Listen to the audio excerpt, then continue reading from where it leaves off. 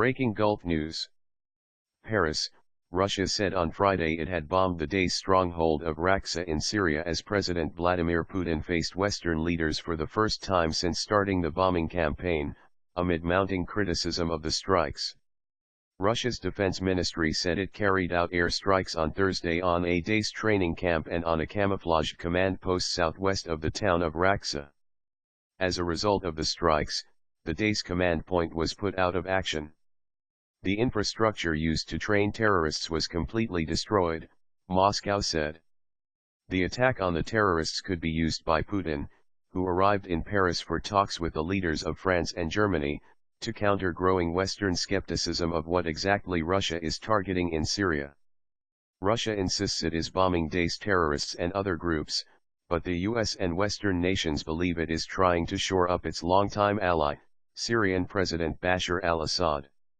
Members of the US-led coalition on Friday urged Moscow to stop targeting Syrian opposition forces. These military actions constitute a further escalation and will only fuel more extremism and radicalization, 7 countries including Turkey, Saudi Arabia, and the United States said in a statement published on the website of the Turkish Foreign Ministry. We call on the Russian Federation to immediately cease its attacks on the Syrian opposition and civilians, added the statement. Putin has come to Paris for a peace summit on the Ukraine conflict, but Russia's dramatic intervention in Syria looks set to dominate as he holds one-on-one talks with French President François Hollande and German Chancellor Angela Merkel. Ahead of the talks, a Putin ally and senior lawmaker warned the Russian airstrikes will last for 3 to 4 months and will increase in intensity. There is always a risk of getting bogged down, but in Moscow they're talking about 3 to 4 months of operations, Alexei Pushkov, the head of the Foreign Affairs Committee of Russia's lower house of parliament, told France's Europe 1 radio.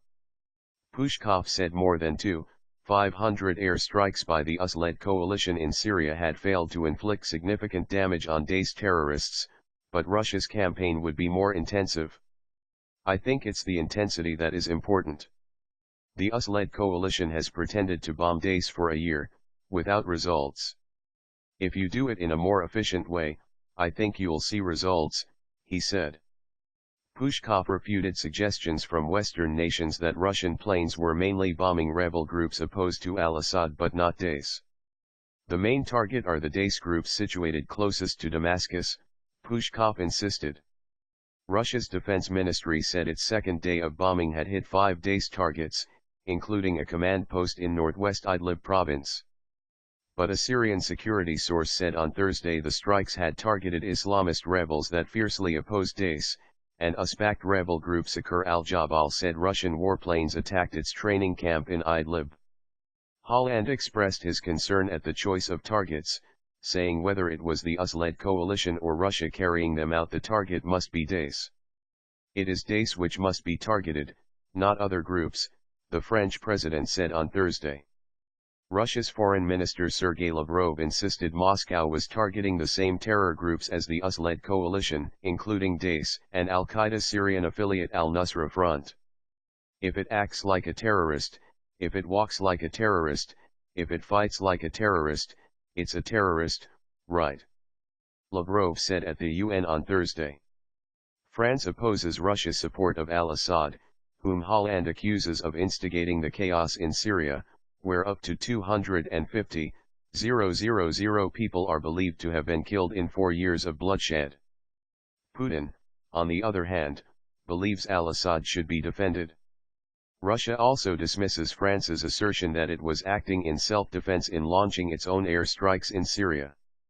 With the danger of Russian and US planes colliding or even clashing in the skies above Syria growing, the Pentagon and Russian officials held what the Americans said were cordial and professional discussions on Thursday in a bid to avoid mishaps between the two military powers. The US-led coalition has been targeting Daesh for about a year and is carrying out near-daily airstrikes in Syria. Tensions have been running high at the UN, where Russia and Iran, which both support al-Assad, have clashed with Western powers that argue removing him from power is vital to end Syria's bloody 4-year civil war.